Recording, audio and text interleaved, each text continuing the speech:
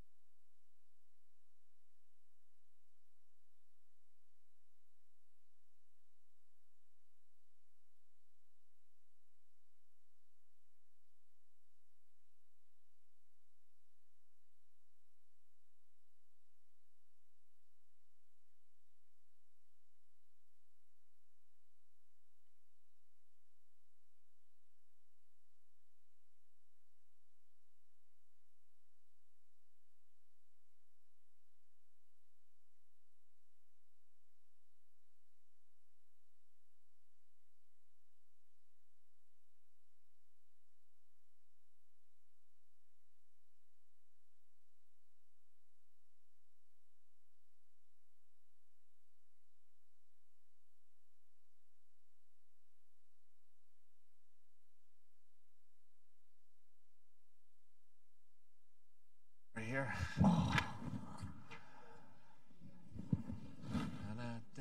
Okay, here are the pads. I know that guy back there. Thank you. Thanks.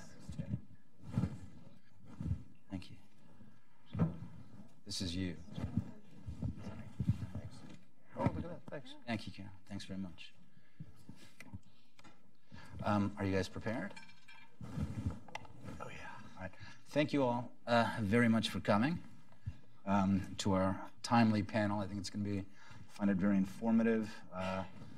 I know these three gentlemen extremely well. I know their work even better than them. It's been very important in explaining different issues for not just since the Trump administration, but during the Obama years as well, explaining Iran policy, explaining the nuclear deal. Jay is a journalist, and Jay reported on how a lot of the Iran deal was sold, including sanctions, including the sanctions regime.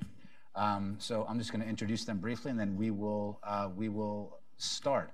But again, thank you very much for coming, and thank you to Hudson Institute, and thank you to the three of you. On my immediate right is Jay Solomon, former Wall Street Journal reporter. Jay is an adjunct now at the Washington Institute for Near East Policy, and I'm going to take the opportunity to plug Jay's book from a year and a half ago, The Iran Wars, a really fantastic, important history of the moment.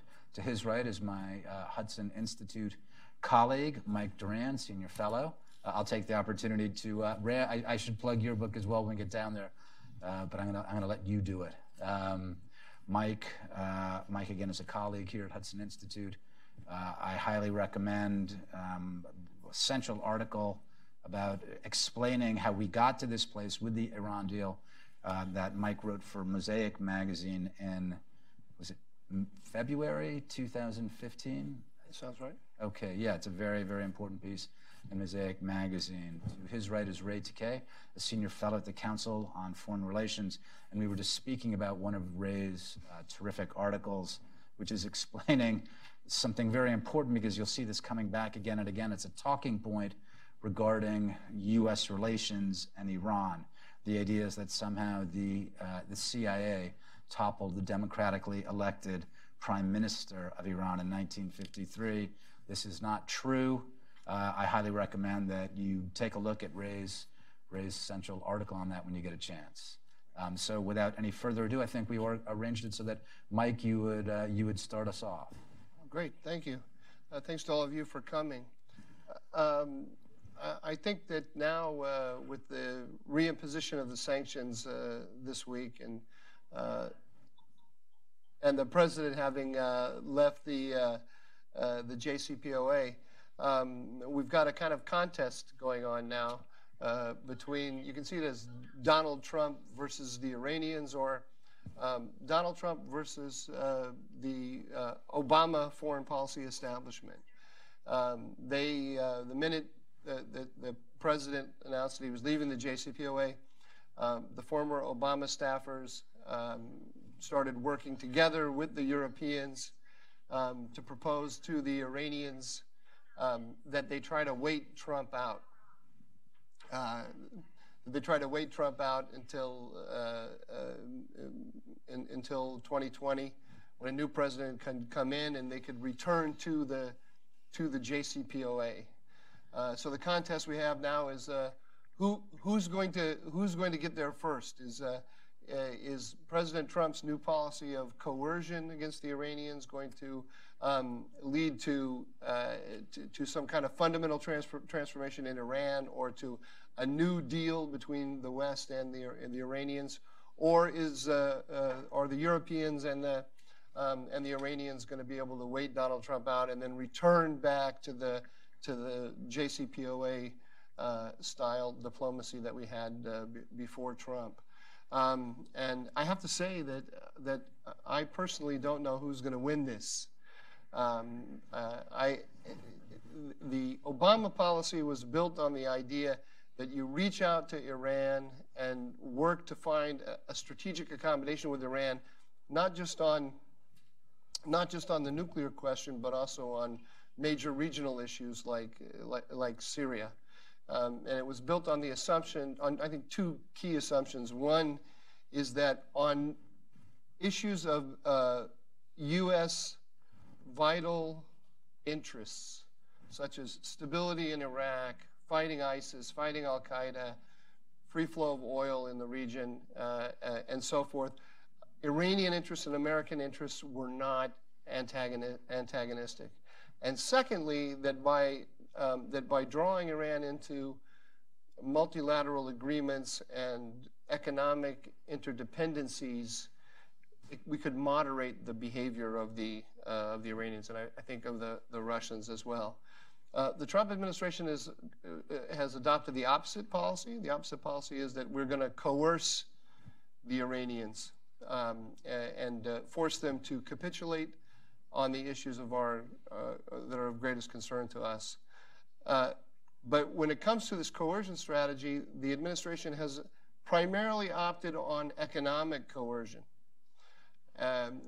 through the reimposition of the sanction. And as we saw yesterday in the president's press conference, it isn't a total coercion strategy. A number of important countries have been given, China, India, Turkey, Japan, South Korea, and so on, have been given waivers, Greece, Italy, to import Iranian oil. So it's not a complete shutdown of Iranian exports.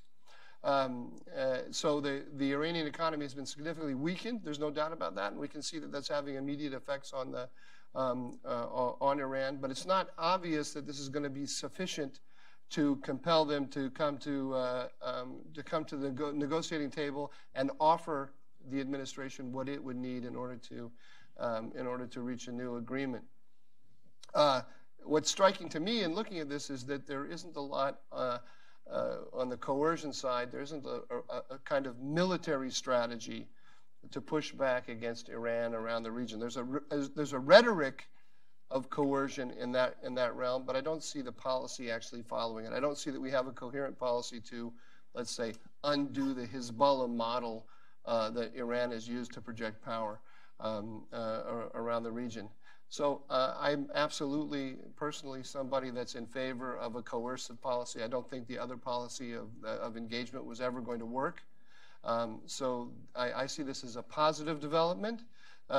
But I could very easily imagine a scenario whereby in 2020, if Donald Trump is not reelected, we could find ourselves falling back into this sort of JCPOA structure that Obama created. Mike, thanks very much. And I think you put it very nicely right at the top, and you said, well, there's kind of the Obama policy of co-optation, trying to draw the Iranians in, and then there's the Trump administration policy, which appears to be about coercion and which one will win. So that's something we'll touch on again later. Jay, if you would like to. Sure. I feel like it's deja vu all over again, because in the summer of 2012, a lot of people weren't covering it that as closely as I was, but that's when the Treasury Department and the Europeans first sanctioned the Central Bank of Iran that summer. That's when the EU oil embargo went into effect, and it's around that time when the Iranian banks were kicked off the Swiss market. And for me, as a journalist, it was hard. At first, it was hard to tell, was this going to have much of an impact? Because the U.S. had been imposing sanctions on Iran for decades, but this was something different, and we kind of knew that. And over the next couple of years, I covered it really closely and went to Iran a couple of times. And I will tell you, those sanctions, I think, had way more impact than people even realized. I think some people got too focused on, maybe the Chinese are cheating a little bit, or the Turks are helping them get some money in, which was probably true. But their oil went from almost 3 million barrels a day they were selling to about, at the low point, about 750,000 barrels.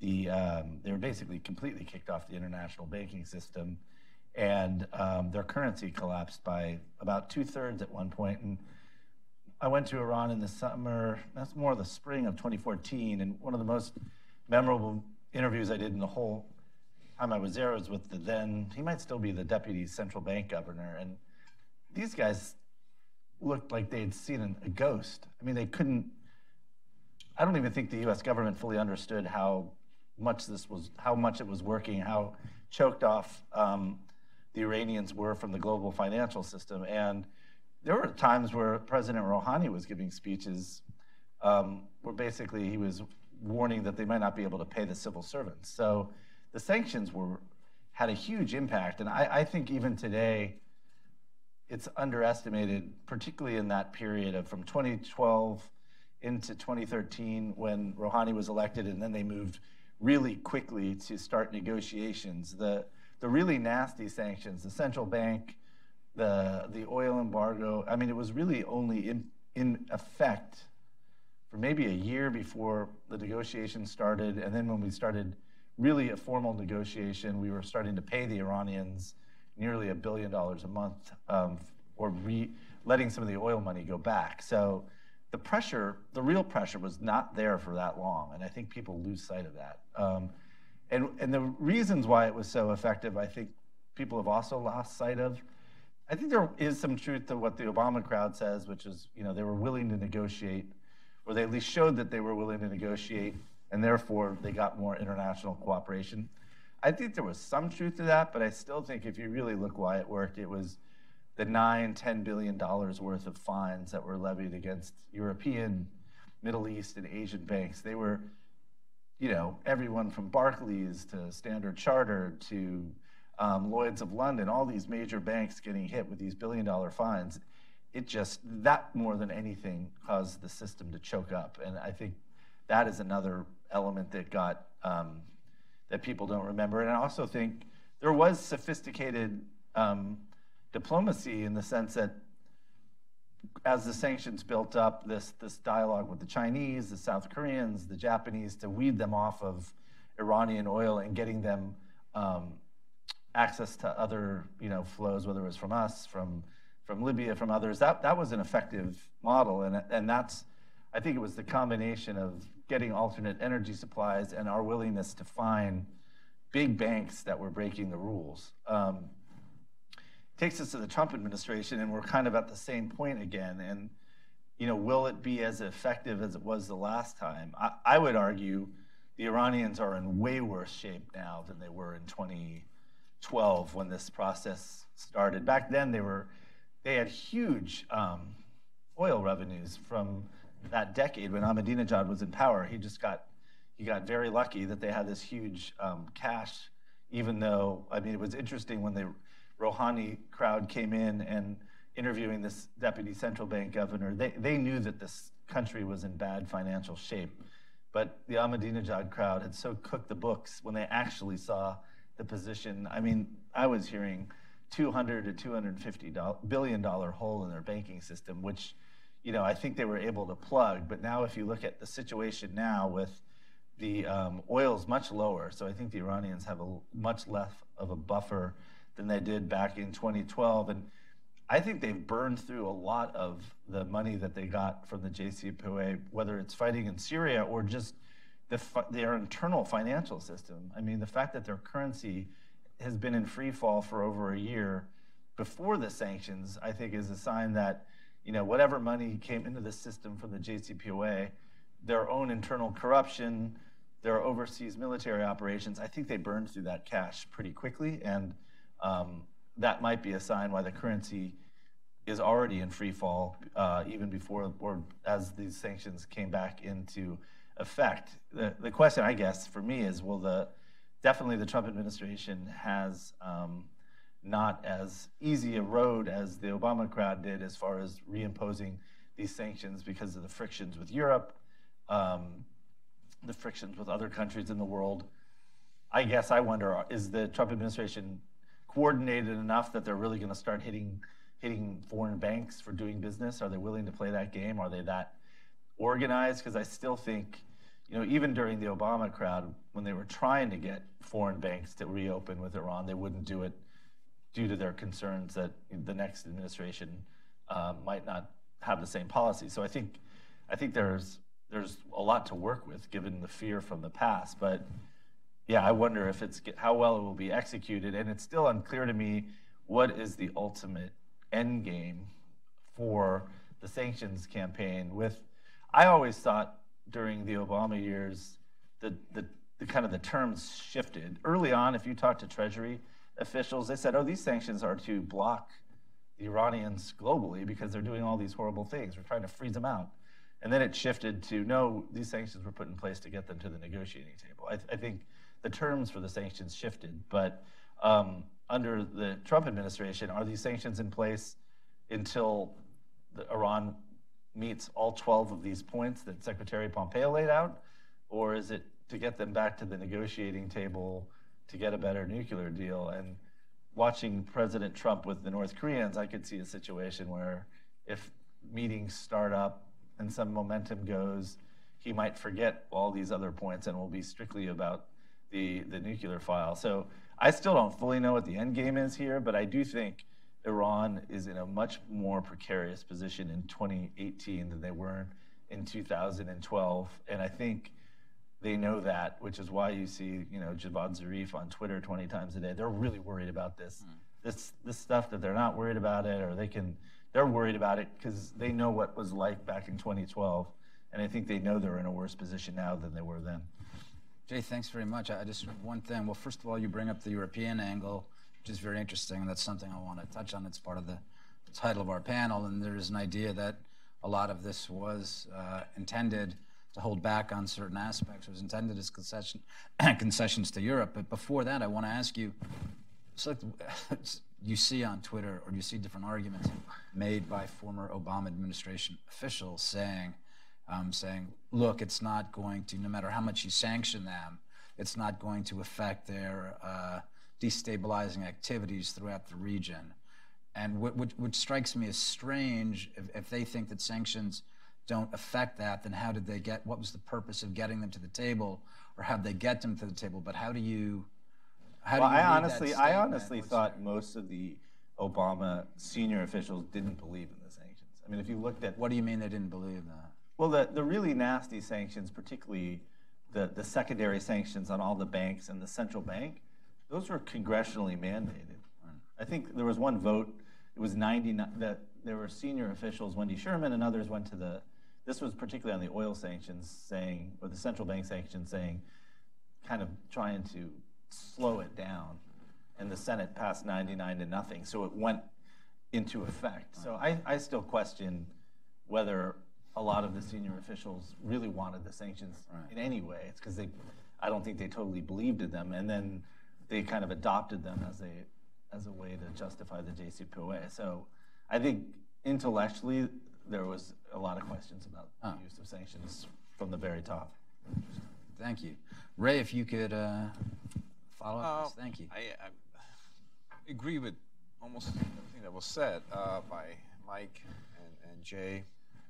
But I would offer, just as a perhaps some sort of an embroidery on this, is that more than 2 years into the Trump administration, we are still living in a universe that John Kerry built. What are we talking about? We're talking about attempting to impose economic pressure on Iran in order for them to come back to the table in order to obtain a more advantageous arms control agreement and perhaps with other insertions, regions. That's the universe that John Kerry built, where economic pressure is a prelude to diplomatic encounter. And if you go back to 2010-11, you can see the Obama administration officials talking about economic sanctions as a leverage, as a means of getting to the table. So almost the lexicon is the same. The outcome that the Obama administration wanted at the beginning was not the outcome that they ended up with. But that's what the process of negotiations, where everybody compromises and so forth and so on.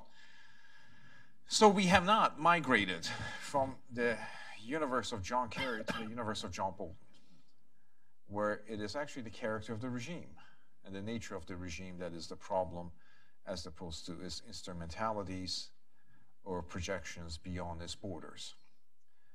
And those instrumentalities and projections come from this wellspring of ideology. The Secretary of Pompeo has 12 points. I think 13 points should be promotion of democracy. the idea of greater emphasis on the internal problems of Iran at the time when those internal vulnerabilities are being quite obvious. I mean, every day, if you follow the press, there is some discussion, some fight between the members of the Islamic Republic. And you get this kind of an argument that we want the Islamic Republic to dispense with enrichment, to stop supporting Hezbollah, become a responsible stakeholder. Well, if it does all those things, then it's not the Islamic Republic. Then it's something else. I mean, this is the intellectual conundrum of people who want to avoid the term regime change find themselves in. They are hoping for an Islamic Republic that doesn't exist. So if you want Iran to dispense with enrichment, to become a responsible stakeholder, to become more nationalistic as opposed to ideological in its foreign policy, then you're asking for a different regime. And if you can't do that, then you're in this intellectual loop. And that's the intellectual loop we're in, where we can accommodate some self-evident verities. If I can just say that's very interesting. So you said the universe of Bolton, and Bolton, of course, has now moved aside from regime change, says, no, this is not what we want to do. But you're saying there's a contradiction in there, saying, yes, we don't want regime change, but what we want is the regime to change. We don't want this, we don't want this. Well, is that part of the issue with this administration? It's the old Condi Rice talking point that maybe Mike Doran wrote, that we're after regime behavior change, not the regime change. This regime behaves the way it does because that's what it does. It's like a tiger, right? You go into the tiger will eat you. It's not the tiger's fault. That's what the tiger does. The Islamic Republic is a transnational idea. It's an ideological enterprise.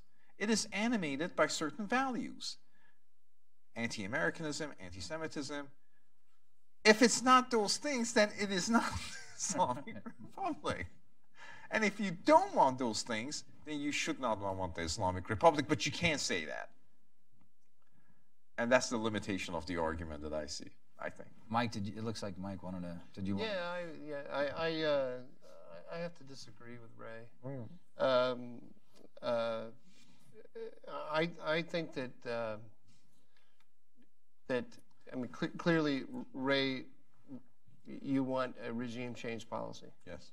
Right. So I think that somebody who wants a regime change policy, when looking at what the Trump administration has done, should be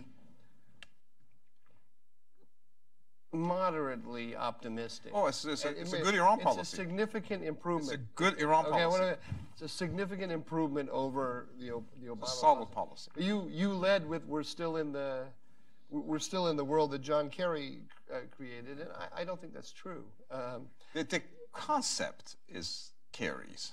You mean the concept of the reimposition of sanctions? In order to get a diplomatic arms control accord.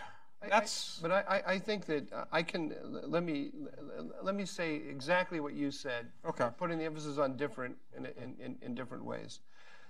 We have an administration that understands that the Islamic Republic is the tiger that you described. Mm-hmm. The administration is, from the top down, especially from the president, is allergic to the idea of regime change because the administration wants to keep the region at arm's length. It doesn't want to. It doesn't want to put a George W. Bush-style invasion force on the ground in the Middle East anywhere, and it doesn't want to suggest to the American people that it's going to do that. And it doesn't want to alarm allies in Europe and elsewhere who are as or more allergic to regime change as the administration is. And so what does it do? It lists 12 points. The 12 points of Pompeo are, as you say, if the Iranians meet those 12 points, then if the Islamic Republic meets those 12 points, then it is no longer the Islamic Republic because the Islamic Republic cannot meet those 12 points. So that's already, those 12 points already put us outside the framework of John Kerry because, as Jay said, the Obama administration in the last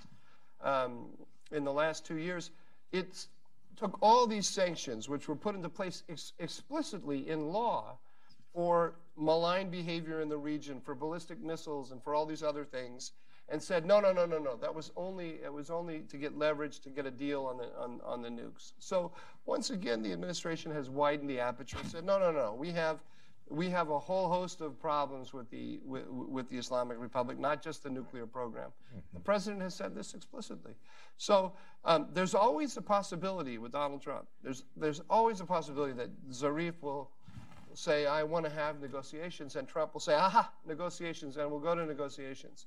But I'm relatively confident that if it does go to negotiations, Trump is still going to take a line, a set of demands from the Iranians that is much tougher than what the Obama administration. That may be true. That's not the history of U.S.-Iran negotiations. So this would be an aberration. I'm hoping. I'm hoping I'm just saying. that we can change the paradigm a little bit, right? Sure. But then that's what we should be arguing for. I mean, no, you're just so pessimistic about all this. And Can I ask, you mentioned something about, and I'll want to come back to you in a second, but since Jay did see a lot of it, a lot of it up close in Europe and elsewhere, what did the negotiations look like? And you said the last question I asked you before was like, they didn't really believe in sanctions. What did they want? What did the negotiations look like? Were they going to just, let me put it like this. If they didn't believe in sanctions, what was the idea? They wanted to get the regime to the table to say, we want to give you things. Sit at the table with us so we can give you things. I mean, I think watching it close, I don't think you could underestimate how much of this was John Kerry. I mean, we didn't know at the time, but when you look back, Kerry pretty much gave up the biggest stick we had before the negotiations even started, when he was still in the Senate, when he was kind of back-channeling Hillary Clinton to the Iranians and saying, oh yeah, if we have talks, you can get enrichment. I mean, that was given up before the talks really even started, which might have been part of the reason they came to the table. But I mean, if you look at through Kerry's mind, and I think through Obama's in a lot of ways too, they kind of saw Iran as the conflict was artificial. It was like a frozen conflict that shouldn't really be there. I think Kerry said that to me once, that he thought it was an artificial conflict. It was only there because the Israelis didn't like them or the Saudis didn't like them. There wasn't really a problem here. So I think from his mind, it was just kind of negotiate an agreement that would be close enough, and then we have these natural interests with Iran, so things will work out. I think that was, he fully believed that if you just had this kind of modus vivendi, these other things will melt away, because at the heart of things we're sort of natural allies, and that's why I think he wasn't very vigorous on a lot of the negotiating tactics, because he didn't really think it was a real conflict. So it does bring us into the piece I was describing before, the article that Mike wrote, saying that the case, and please correct me and fill it out, but the idea was that the nuclear deal, the Iran deal, was a mechanism for a larger, broader regional realignment with the Iranians. So this is what Kerry believed as well. Yeah, there's the story of U.S.-Iranian relations is the story of a group of there's a hidden current of opinion in Washington about Iran, which is exactly what Jay said, that Iran is a natural ally, the Islamic Republic is a natural ally. You cannot say that in Washington. It's politically, it's politically toxic to say that the problematic actors in the region are Saudi Arabia and Israel from the American point of view, and Iran is a natural ally, and we share all these, and we share all these interests with it. But a lot of people in the foreign policy establishment believe that. Right and left. Right and left. Although that view today is more prevalent on the left than on the right. But yes, it's a profoundly American delusion. And if you go back to Ronald Reagan, when in the arms for hostages, crisis, you find that Ollie North was going to Tehran to make, not in order to do a deal on hostages, but in order to use the arms deliveries in order to make contact with the moderates in Tehran. This is in 1986. We knew they were there. Why? Because their economy was in trouble, because they ignore what Ray said about the ideological identity of the regime. And we looked at them as good materialistic Americans. We saw, they're in a horrible war with Iraq and they're suffering terribly and they need spare parts and they have an economic crisis and they're fearful that their revolution is going to be overturned.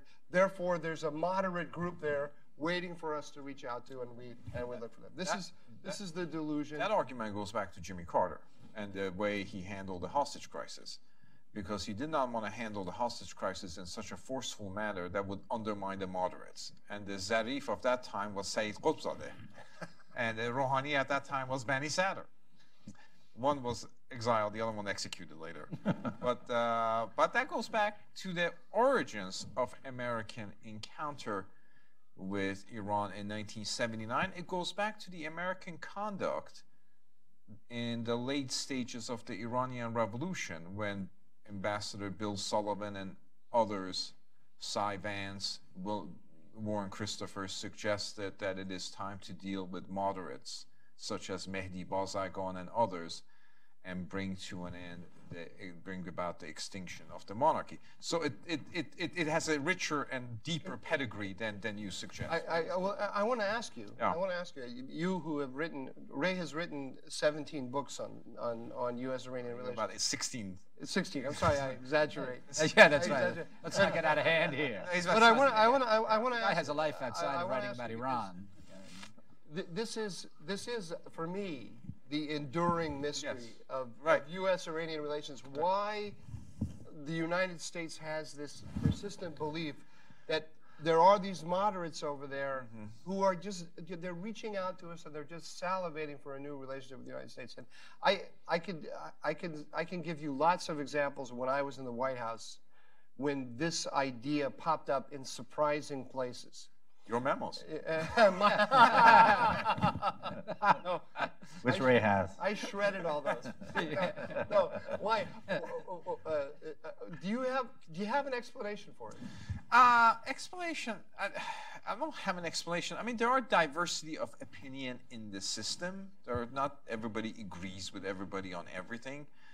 Do you mean the American system or the Islamic world? I mean, there are differences. Because I guess another way, I was just thinking, maybe another way to ask that is also like, is it an idea that we have about Iran, or is it the idea that we have about ourselves? Well, we're always looking out for moderates. About other countries as well. This idea was quite pervasive in our assessment of the Soviet Union. Right. You know, the different camps within the Soviet Union and within the Eastern Bloc, hardliners. So it has a larger pedigree. There are diversity of voices in Iran on different issues, but what binds them together is ideological commitment. I think it has to do, Mike, something discounting ideology as a factor in statecraft, which might be what Americans do because they're practical and pragmatic. I want to go back to one thing I will say about the Trump's Iran policy, so I'll not be misunderstood. It is the best Iran policy of my professional lifetime. Okay. Okay. Right. There we go. That's a way to start. It's not perfect. It wasn't that hard, was it? Hold on. It's not. No, it's not perfect. It took 30 minutes to get here. And I think Trump was the only president who would actually discard the JCPOA. The candidates that Mike and I work for, I don't think they would have done so. Walker. No, they wouldn't. Rubio, no. I mean. No, the beautiful people were against it. So. Yeah, so it was a bold move, and I don't think you could have a coercive policy so long as JCPOA was in existence. Yeah, I disagree with Obamians and many others who thought you could push back on Iran and do things while sustaining an arms control agreement. Because in the American imagination, in my view, we do détente or confrontation. We don't do détente and confrontation. So the maintenance of the arms control agreement required détente, and while that's patience and forbearance. Yeah, exactly. Hey, look, and the optics of this are much better. We don't have a negotiator who opens up every meeting with Iranians and say we're not after regime change, Wendy Sherman. We don't have, as far as I know, Brian Hook and others have not cried in front of Abbas Araghchi. That's an improvement. Not everyone knows what you're referring to. That's to be considered an improvement. I mean, so we're in a. What I'm trying to suggest, we're in a good place, but we are still tied to the old place. That's in some conceptual, real way, Mike. Are you suggesting that Iranian negotiators don't melt when a woman cries in front of them? Let me ask then, because Jay uttered an agreement when you said yes, you couldn't have both the JCPOA and a more coercive strategy, and Mike mentioned this too. So Jay, why would those two things have been incompatible? Well, I think the way the JCPOA was structured, and I'm sure that's what Zarif and Salehi and these guys knew. It's like the sanctions that had any real impact were the central bank, some of these state banks, and the oil embargo. And the way the deal was structured was that you couldn't really have ever hit those key institutes and stayed in the JCPOA. It would have fallen apart. And I think that was on the Iranian side, maybe even from the Kerry side. That was a way to kind of protect it. But if you are really if you're going to be coercive, short of military force, you have to hit their oil, and you could never have done that while the JCPOA existed, I don't think. Let's go. It's explicit in the agreement. Right. Let's come around now to Monday's announcement, the reimposition of certain of these sanctions, and there are colleagues of ours who are less sanguine, who think that the different waivers provided for the Chinese, the Indians, and others, 6 others, there are 8 different states that got waivers. Also failing to throw all of the financial institutions off of SWIFT and allowing different firms to assist the Iranians in building civilian nuclear infrastructure. There are some people who say this is not what President Trump promised when he said he wanted when he got out of the JCPOA, and he said we're going to be very tough and very hard on that. So yeah, there are lots of people that think that it's not that great. Ray, if you're among them, why don't you? I'm not sure among them. Okay. I don't understand. I mean, Jay can speak about this. The taxonomy of sanctions, and how do you get Iran to go down to 0? What processes you have to follow? I mean, I don't know in issuing of these waivers, what promises have been made about how these countries will reduce their import of the Iranian oil at what intervals. So that remains to be seen. During the Obama administration, the waivers were designed, Jay, I think 20% reduction. I don't know what percentage the Trump administration has agreed on. I suspect it'll be very difficult for us to get any measure of compliance from the Chinese. I think that's understood.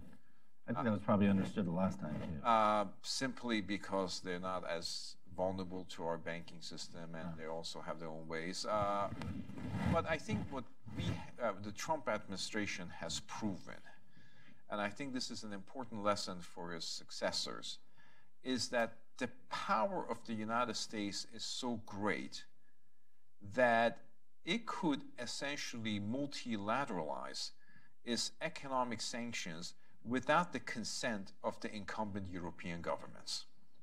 That is a huge lesson. I don't think Stu Levy understood that when he started that campaign. You think we learned this before? You think we learned this in 2012? I think Trump just did it.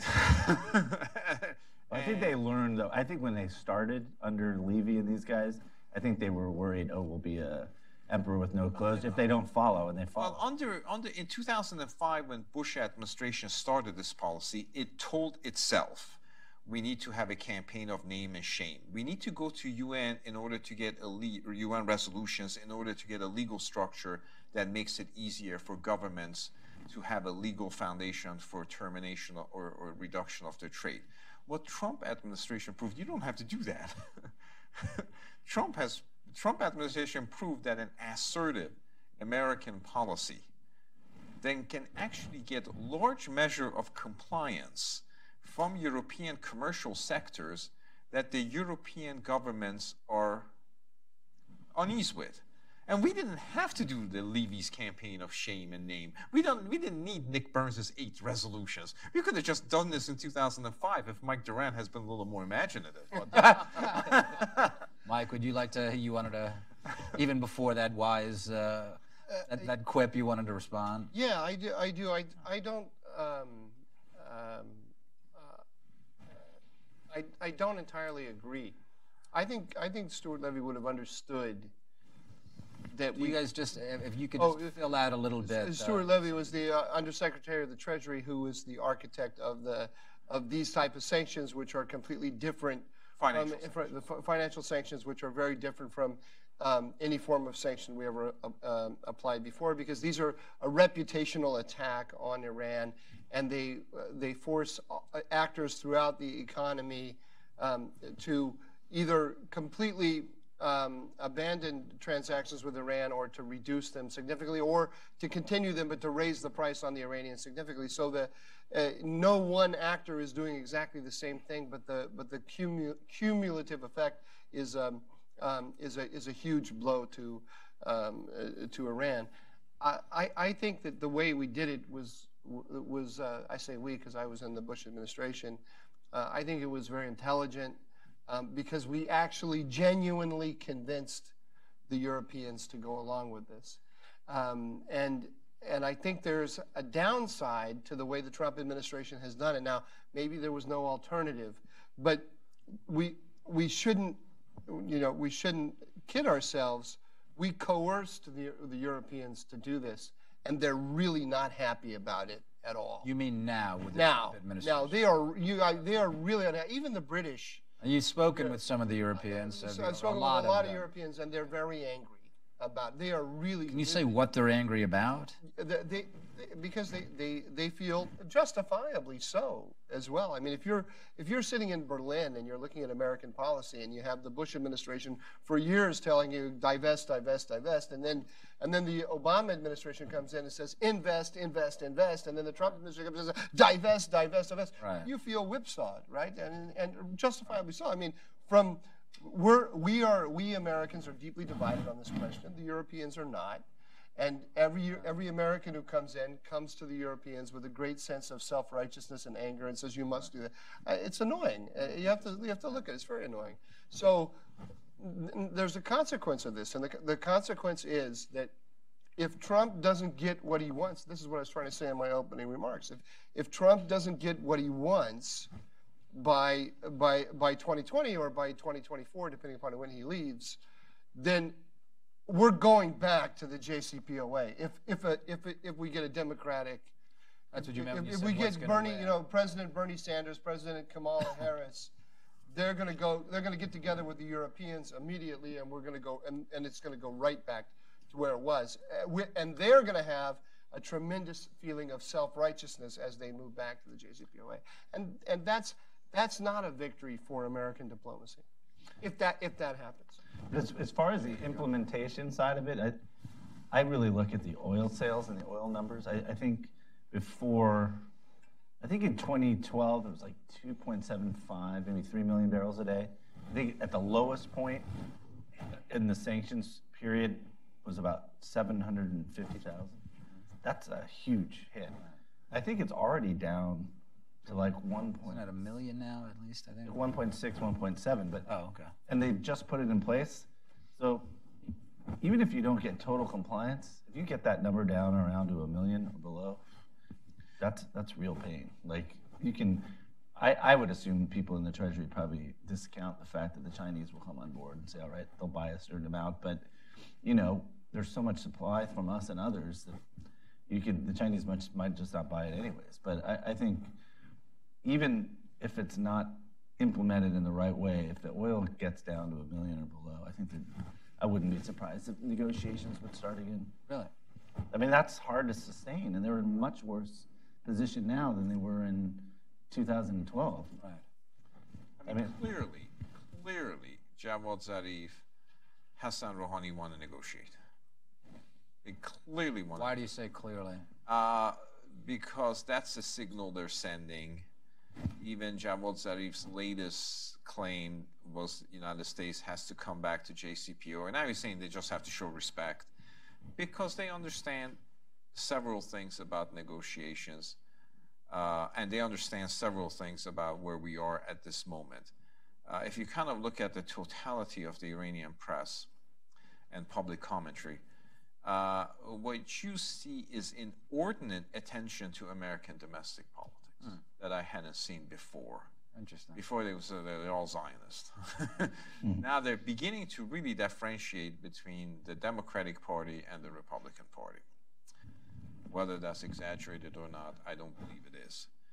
And what they are being told by the Europeans, what they're being told by our friends, and that in their many track 2 meetings with the Iranians, is just wait, the help is on the way. Right. And here, Pompeo has complained about all these Americans homeschooling the Iranians. It seems to rub them the wrong way. It rubs me the wrong way. But what the Iranians wanted, also the perception that the Iranian government has, may be flawed, is that in its last 2 years, next 2 years, the Trump administration is going to be weaker than its first 2 years. Because of the combination of things. Combination of domestic discord. This is the Iranian Yeah, that's reading. right. In the reading, the combination of domestic discord in the United States, the advent of a presidential election that essentially stops everything the last year. So if during these 2 last years of the Trump administration, a weakened Trump administration, you can trap them to the table, you can blunt the effect of the sanctions. And you can certainly obviate the possibility of a military action, which they do worry about. I mean, I don't know why they worry about it, but they do. If you go back to about 2 months ago, to Ali Khamenei's speech, no war, no peace speech. Everybody picked the no peace speech, which means no negotiations. But he also said no war. So essentially, right now, look what is taking place right now. United States is sanctioning and derailing the Iranian economy. The Israelis are bombing the hell out of the Iranian fortifications in Syria, and Iranians are not responding. That doesn't mean they will not respond, because the genius of Iranian strategic planning is they respond at a time and place of their choosing, which is why they're usually successful. So right now, I think the table has a lot of attractions for them. And if they can somehow get to the table and pick the time when you want to get to the table, there's a lot of politics in both countries. I mean, we have already announced, without precondition, we're going to go to the table. Which, as a declaratory policy, was very clever because it provoked a very intense debate in Iran as to why we're not doing this. Once we get to the table, I worry about what happens to Pompeo's 12 points. Why? Yeah, actually, let's go through these because I want to open it up in about 15 minutes to questions from the audience. But before that, let's go through. I would like to know what all three of you think about. I think it was you, Jay, said, well, what's supposed to happen here? What's the purpose? So, yes, what is the purpose of the reimposition of sanctions? Is it to break the regime? Meaning change the regime? Is it just to get the regime to the table? What is this administration thinking once it would get the regime to the table? And what are the Iranians thinking? Ray, if you want to start. Well, I think they've been very clear about this. They would like the regime to come back to the table, fix some of the flaws in the JCPOA. Among those flaws are inclusion of missiles. Increasingly, I think if the arms control becomes the issue and arms controllers take over the negotiations, I think the regional peace will attenuate and the domestic peace may actually disappear altogether. Mike, do you want to? I think that the simple answer to your question is that the administration doesn't know what it wants. And the administration is divided at the top levels about what it wants. And the most important debate in the administration is the debate in Donald Trump's head. And nobody's privy to that. Right. So we have to wait and see. I share with Ray a concern that the Iranians will at some point offer negotiations as, if nothing else, as a tactic to wait out the administration and to kind of blunt any thought that the administration has of any harsher action against Iran, as a way to moderate American behavior. I don't think they'll get the kind of they'll convince the Trump administration to pay them to negotiate the way the Obama administration did, but the more sanctions relief. well, the Obama administration started, released money, $1 billion a month for them to sit at the negotiation. The Iranians are very good at that, at getting us to pay them for process. I suspect that the Trump administration will be more alert to that, but the principle is the same. As long as we're sitting at the negotiating table, Ray mentioned it's something in the American character, which is the exact opposite of the Iranian character. It's very hard for us to stick a knife in the side and twist it, and then reach out our other hand in friendship. If we are either in engage mode or pressure mode, we don't pressure and engage, which is very odd because any American businessman, when negotiating, Including Donald Trump. Would know to pressure and negotiate. Right. But Donald Trump aside, any other American businessman you make Secretary of State, suddenly it all becomes very legalistic, and we have the engagement, the pressure, and the war stages, and they are separate and sequential. This is just built into the American. You say it's not clear what this administration wants, to what extent it's divided, even in the president's head. What do you think it should want? I think that Pompeo's 12 points are beautiful, but I agree with Ray. In practice, if there's an actual if the Iranians sat down and offered something very substantive to the administration that met the three major flaws in was it 3 or 4 flaws? It was ballistic missiles, sunsets, enrichment, and inspections. Right? If they offered something on those 4 points, right, there'd be strong forces within the administration that would say that's a good deal. I think that we'd probably want there would be ballistic missiles would also be very important, and if they offered on top of that maybe a process. I shouldn't be helping the Iranians here with playing the Americans. I'll stop right there and just say that there would be forces that would say take that deal. But I think it's going to be a debate within the administration. Somebody like John Bolton, and I would hope Mike Pompeo, would be more inclined to point to the 12 points. And if you're sorry, Jay, the thing that was amazing to me about the JCPOA was, as Jay mentioned, we gave the Iranians what they wanted most right at before the negotiation, right, as a sweetener at the beginning. Enrichment, it's yours, right? No Iranian would ever negotiate like that. No rational American businessman would ever negotiate like that. It was absolutely insane, and we had just put in place these incredibly painful sanctions. And we didn't even let them work because as Jay said, the top guys in the administration never believed that we were actually in a conflict with the Iranians, which is hard to believe, but it's true. So I would hope that this administration would let the pain that the Iranians are in soak in a little bit at each stage, and show a willingness to leave the table in order to get what we want. If they come and they actually make a reasonable offer on those, it's hard to imagine that they would, but if they did on those 4 points, that means they're really suffering badly. And if we got 4 points, we can get 8 points. Can I just say one thing? I don't mean. Sure. Oh, one of the things that this. Try to throw things. This is yours, actually. Yeah.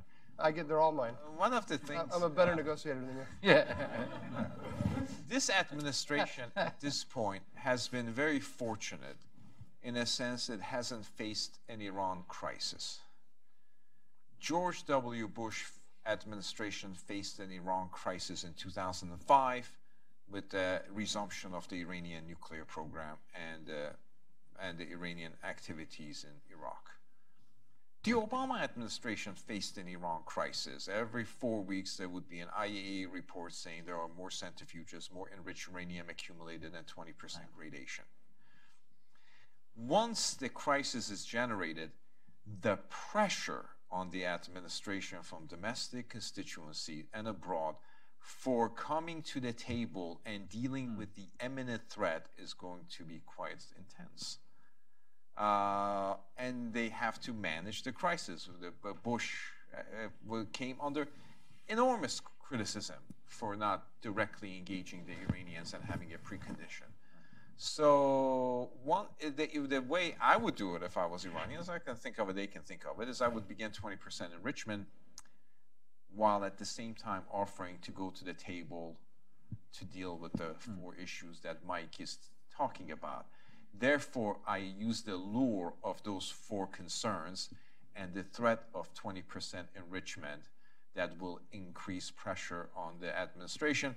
And I would say, hey, as a result of sanctions, I can't get medicine, so I have to have 20% enrichment to make cancer drug medicine. It isn't true, but it has. Right. So this administration has been lucky, and it hasn't faced an Iran crisis yet. We don't think they could create a crisis tomorrow. The U.S. They can create a crisis tomorrow. I mean, on the IAEA stuff and this atomic trove, I'm a little surprised Bolton or these guys haven't said, okay, we need to go back into Parchin right now. And maybe it's what you're saying. They don't want. Well, they don't want to be under. They don't want a crisis. You mean you're saying the Americans could create a crisis? Yeah, Ray's saying that the Iranians. No, I know, but I'm also saying, knowing how, like Bolton in the past, how rigid he was on all this arms control stuff, knowing what we know from the JCPOA, i.e., the whole weaponization was whitewashed. Then the Israelis have all this stuff, which makes it even worse as far as whitewashing it. I think you could come up with a legal reason to demand. Sure. Some sort of IAEA action, and then you'd have your crisis. But like you're saying, maybe they don't want to be put in that position. It seems to me, strangely, that there could have been a number of different crises, or that they could have been perceived as that. But maybe it's because the Trump administration has tried to draw back, as did the Obama administration. But for the Obama administration, the JCPOA was of primary importance. The Trump administration. I mean, I'm trying to imagine. I mean, you can look at Iraq. De facto Iranian control in Iraq. You can look at IRGC forces moving on Israel's border. There's a number of different things that, in a different context, could be perceived as crises. If tomorrow Iranians add 5,000 mothball centrifuges, which are not going to affect their essential atomic capacity, but it's going to be a crisis. They're just going to, if they reassemble 5,000 centrifuge machines. Right. The level of criticism that the Trump administration will get, and when faced with that criticism, it will perhaps attenuate its requirements to 12 points. I'd love to know what the Iranians and the North Koreans are talking about. Yeah. Right. The North Koreans, like, they were probably a little worried about getting bombed. If sanctions were hitting them, they haven't really given up anything. And Trump's in love with Kim Jong-un. I mean, I guess in the Iranian context, yeah, which way do you go? Well, he's already called Rouhani a beautiful man. Yeah. But like, yeah, are the North Koreans? Which of course he said about Ted Cruz too. So. But he hasn't called Rouhani Texas Rouhani. Before you take that as a compliment. Lion Rouhani. Yeah. I just wonder if the North Koreans are saying, yeah, just go to the table and the pressure will be off and you're fine. So let's open it up and see if there's any questions, and maybe there'll be a question. Do we have a microphone? Is there a microphone? I don't think we have a... Okay. Thanks. You like, Mr. Hosseini, just 1 second. We're going to bring a microphone over there. Okay. Here's the microphone.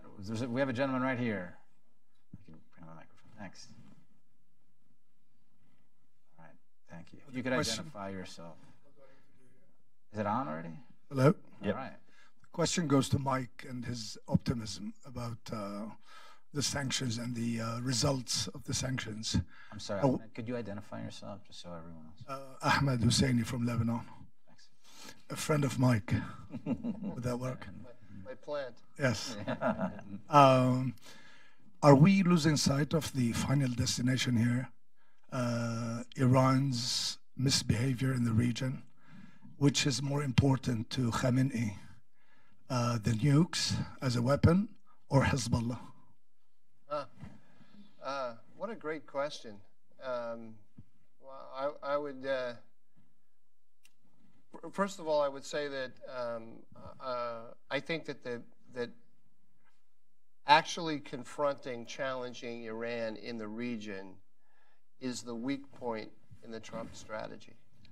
And it's pretty clear, let's just say this, the public statements of Secretary Mattis about the JCPOA and about other issues in the region suggests that he has an Obama administration view of the Middle East. It certainly suggests, I mean, he's almost said it explicitly, that we are deterred from taking action against the Iranians in Syria because of fear of what they might do to our forces in Iraq. So it's very striking to me that when you look at Secretary Pompeo's 12 points, one of them is we want to eliminate all Iranian-led forces from Syria. That is also an Israeli desiderata as part of their red lines. So Israel says that that's what it wants in Syria, and we say that's what we want in Syria. The Israelis have a military strategy that will not necessarily get that outcome, but it will certainly cause pain for the Iranians in Syria. We do not have such a military strategy, and as far as I know, there's no reason to believe that we're working together with the Israelis to achieve it. So we both are saying we want the same thing, and we both are saying we're working together to achieve it, but on the ground militarily, that's not actually happening. So I think that sort of objectively, we have lost sight, right? And I can go down the line. How are we, when the Iranians put ballistic missiles in Yemen that can hit Riyadh, what price did the United States make them pay for that behavior? That was a major escalation by the Iranians, and there should have been a very significant American response to that would have caused them a lot of pain for it, and that it didn't happen. There's a weakness there. When it comes to your question about, and I share Ray's fear. I don't want to be all pessimistic like Ray. No. But I share Ray's fear that if it came to negotiations, the region would kind of move into the distance with regard to the Americans. The thing that we would focus on primarily would be the arms control, the nuclear question specifically. As far as Khamenei's what he values more, the nuclear program or Hezbollah, I would guess that they're probably about equal weight to him. But I'd be curious to hear what Ray has to say about that. I think Hezbollah at this point has been the most formidable force he has. I think it's often suggested that there's a continuity between the monarchical Persia and the Islamic Republic in terms of their foreign policy. That statement is actually not true. I mean, the Shah would marvel at what the Iranian clerics have done to Lebanon. They have reformulated the Lebanese politics. They have created a Hezbollah army that could deploy internally and externally. It would be unimaginable to him what they have done. And I'm not quite sure if the Shah and previous Persian monarch would think that's a good thing, in a sense that projection of power to Mediterranean for what essential purpose. The only way you can understand what Iran is doing in vis-a-vis Hezbollah or Syria is an ideological element. So in that sense, Ali Khamenei has always had an attachment to nuclear science. To him, nuclear science is an indication of the nation's progress and growth. And also, obviously, an advanced nuclear scientific program gives you ability to manufacture weapons. And if he gets across to that threshold, I think he would cross it and develop a weapons capacity. But Hezbollah at this point is the most successful Arab army in the Middle East. It has defended its ramparts better than Nasser's army or Assad or anybody, and all those people who lost 67 war and 73 war and 56 war. And that's something that an ideological entity values and wants to preserve. I don't think it's if this or that. I think it's they both valued assets of a regime bent on domination of the region for an ideological purpose. Jay, do you want to? You don't have to. Yeah, let's keep going. Okay. Is there another? Okay, this person right here.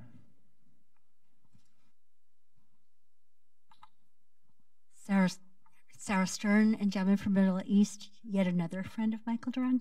All friends. Very popular today, Michael. All right. It seems to me that the administration has been strong on rhetoric, but very, very soft on any kind of military resolve anywhere.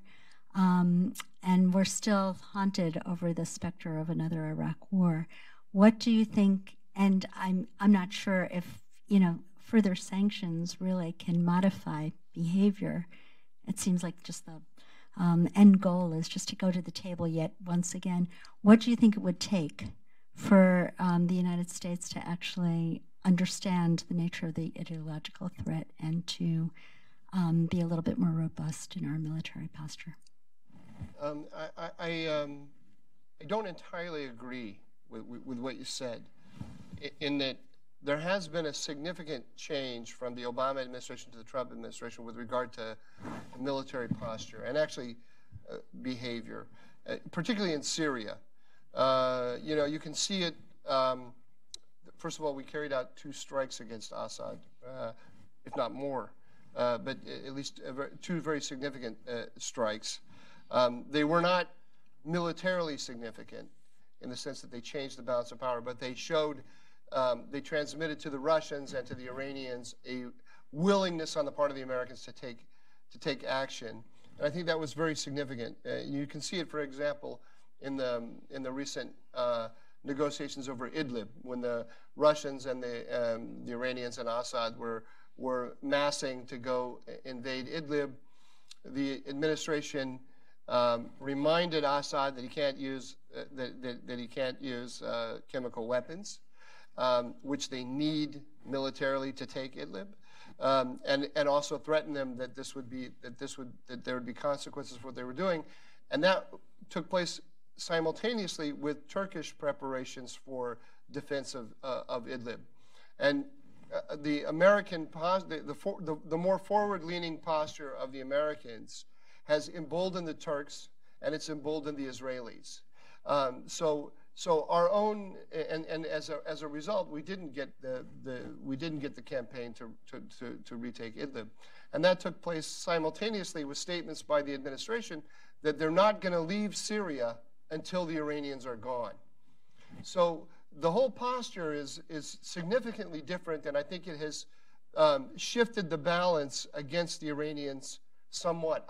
Where I do agree with you is that it hasn't shifted it enough to get the outcome that the administration says it wants, for instance, and to obviously get the outcome that it says it wants with regard to the 12 points. I would like to see us.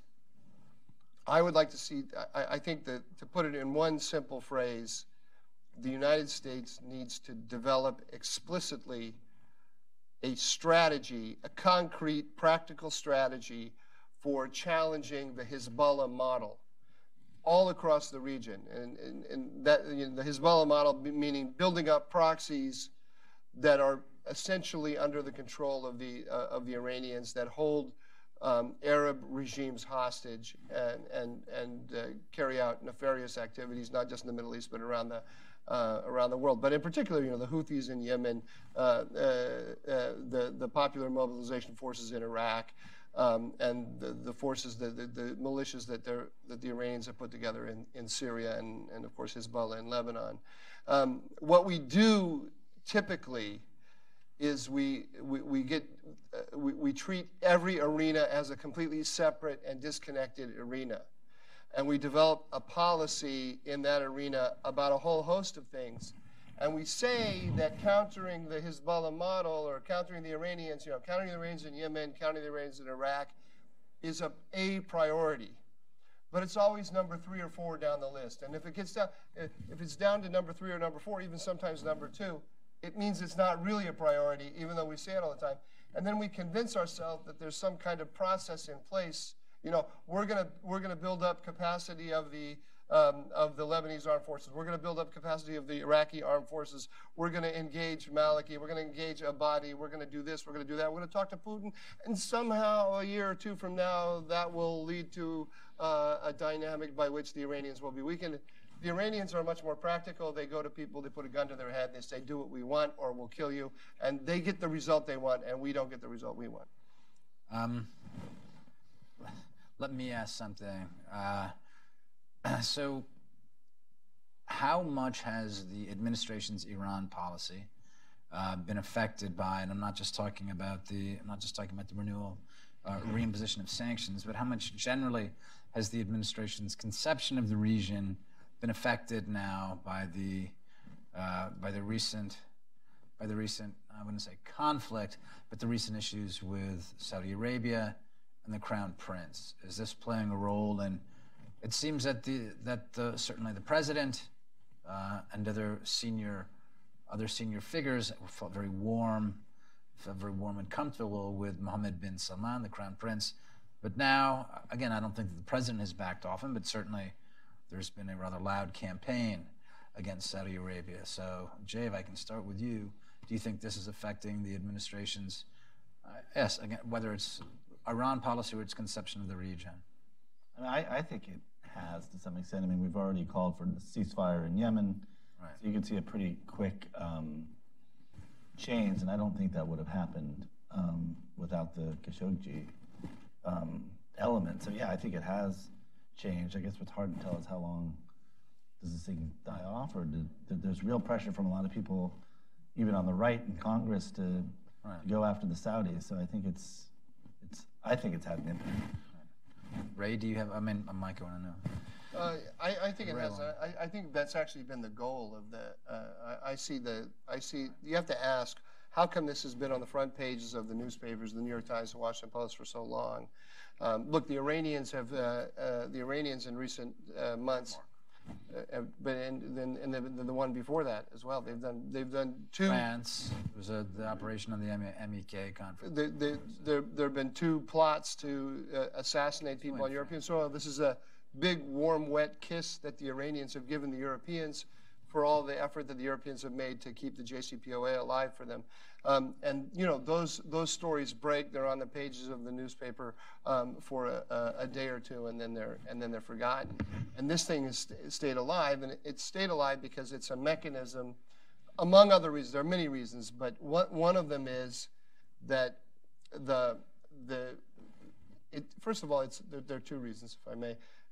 It's the Trump administration made a family-to-family connection with the Crown Prince. I mean, Jared Kushner is the primary interlocutor with MBS. So if you attack MBS, you're attacking indirectly the Trump administration. So there's a political imperative to it in that respect, but there's also a strategic imperative in that the former Obama team and their friends in the press want to downgrade Saudi Arabia and downgrade Israel and return to reaching out to Iran. And the only place in the region where there's an American policy toward actually confronting the Iranians militarily is through the Saudis in Yemen.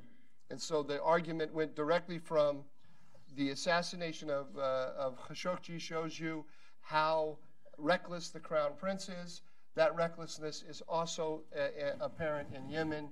We have to have a ceasefire in Yemen. It's all part of a view of the Middle East which says the Saudis are the problem and the Iranians are the solution. What does this tell us also, though, about the head of the Pentagon now and other senior American officials are entirely on board with this? They say, yes, we have to stop supporting the Saudis in Yemen.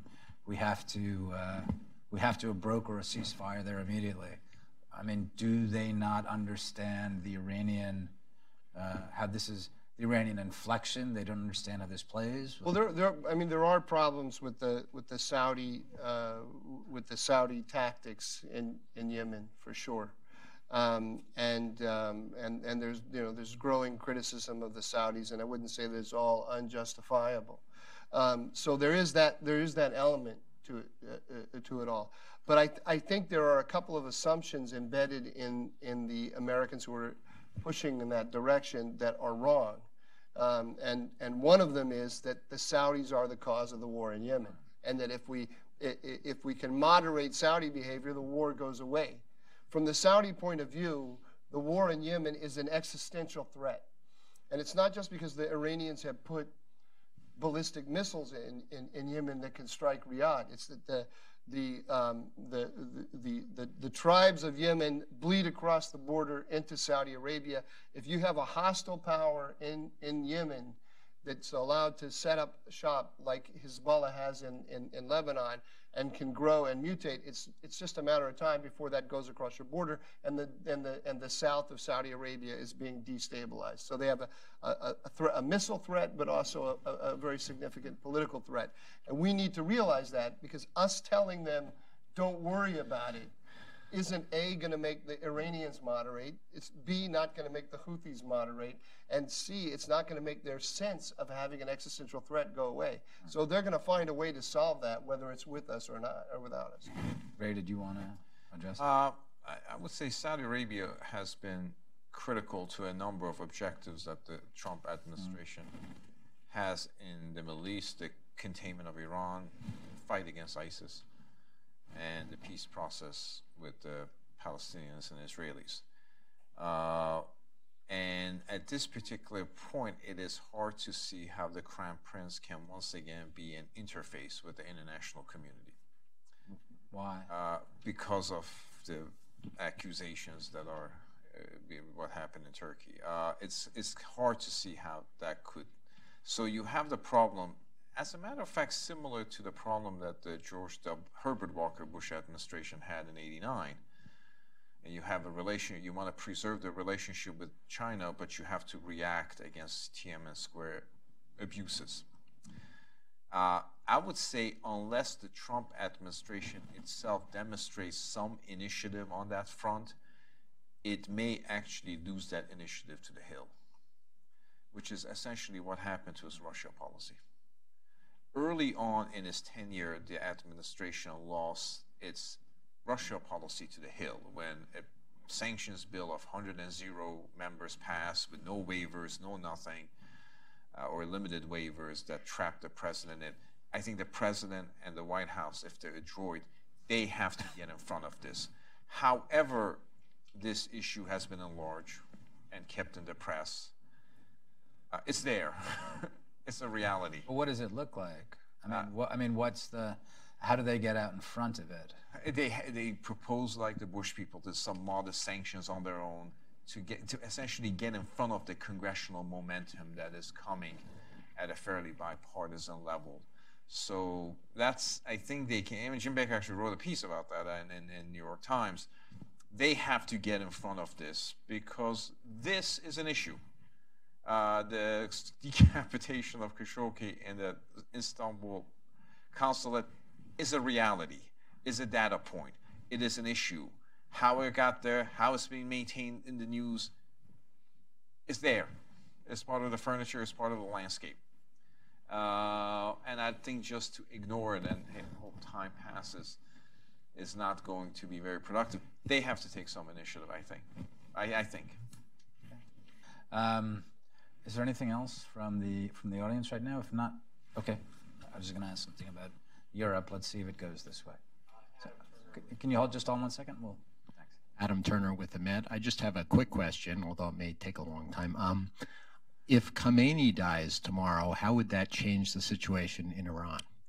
I think at this particular point, the system is not capable of having a seamless succession process. It actually may cause the system to waver. It may cause the system to collapse.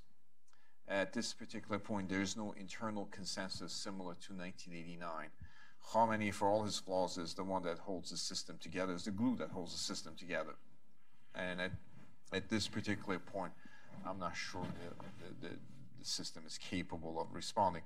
One of the things that, I mean, in any sort of a bringing the extinction of the Islamic Republic to bear is we have to have a way of talking to the Islamic Republic's elite about what the future holds for them and its aftermath. That happens in every case, white South Africa, and there has to be some immunizations even given as a means of facilitating the extinction of the regime should it come. How do we provoke elite disaffection? We have seen popular disaffection, but the elite disaffection is a critical piece if this regime is going to move. I just want to, again, just go very quickly through Europe, and we'll end it on this. But JC, you started, in your opening presentation, you said that one of the most effective things was they realized that if they go after the European institutions, that's really effective. So what do you think is going to happen here? Do you think that this is one of the reasons they may have provided some concessions to Europe? And do you think that the Europeans have this in the back of their mind as well? And the Trump administration will use this, say, like, look, we want to give you a break on this, but we need you to be on board. How do you see this? I mean, the last time as well, it wasn't like they went to zero immediately. It was a phased position.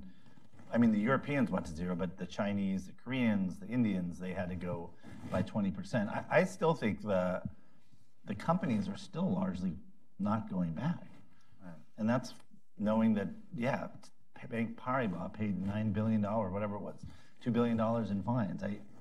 I wouldn't, if I was in the Treasury Department right now, I'd probably zap somebody just to get people. To let them know that you're serious. To let them know, and I think it metastasizes. So I tend to think the governments, as Ray was saying, are not as important as what the companies are doing. And so far, it doesn't look like that many companies really want to test. Right.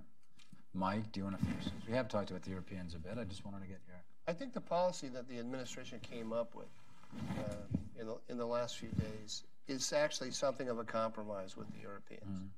Mm-hmm. They wavered a number of important Iranian oil importers. They wavered civil nuclear cooperation. They didn't. The U.S. didn't knock Iran out of SWIFT. And there's still humanitarian trade going on. So there are channels of oil, nuclear, and commerce of a certain kind. There are channels that the administration has left open. And I think it had some of its own calculations in that decision, but partly it was a way of moving toward the Europeans. And I think it's one of the reasons why we haven't seen a kind of really harsh Iranian reaction, because the Europeans are running presumably to the Iranians and saying, "Hey, look what we did. We got them to moderate somewhat." Where this goes from here is the big question. Pessimists on the American right, who we haven't heard much from, but they're the friends of ours, are saying, look, this is just the JCPOA light, right? And those little apertures that the Trump administration has left open are going to be the Chinese and the Europeans. That's the way to save it for the next Democratic administration. And they're going to blow a hole. They're going to open those things. They're going to push an enormous amount of trade through those apertures. Right. I'm much more optimistic. And I think we have to wait. We have to watch it. We have to see, what happens in, say, March, April of next year, and see. President Trump said yesterday that he expects the countries that have been wavered are going to actually reduce, are going to work to find substitutes for the Iranian oil. And we have to see if the levels actually go down. Questions like that should be on our mind. Ray, do you want to? I think Jay was correct, and Mike is correct, that the level of Iranian oil is not going to get to zero quickly and fast, and that would be disruptive. In the meantime, as we try to systematically reduce the export of Iranian oil, which will probably never get to zero, is how does the money get spent?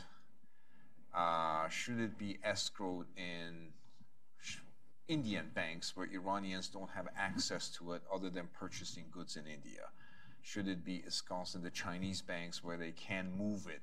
It's the movement of money that I think we should focus on. And that's the SWIFT that you and I both supported in that letter, that Iranians come off the SWIFT grid, is essentially trying to, and if you're not going to get them formally off the SWIFT, I would say to the Indians, all right, here's exemption for you of some. You have to reduce your export by 20%, but the money that you're going to give to Iranians, that stays in your bank. That stays in your bank in rupees, and Iranian can come and purchase Indian goods or whatever. So I would essentially try to restrict the movement of the money and make sure Iranians cannot apportion that money as they see fit, as we bring down to whatever extent the level of their exports, which probably won't be below 700,000-800,000. I don't know. Right. Well, I want to thank you, gentlemen. I want to thank you and the audience for coming, and thanks to Hudson Institute very much. Thank you.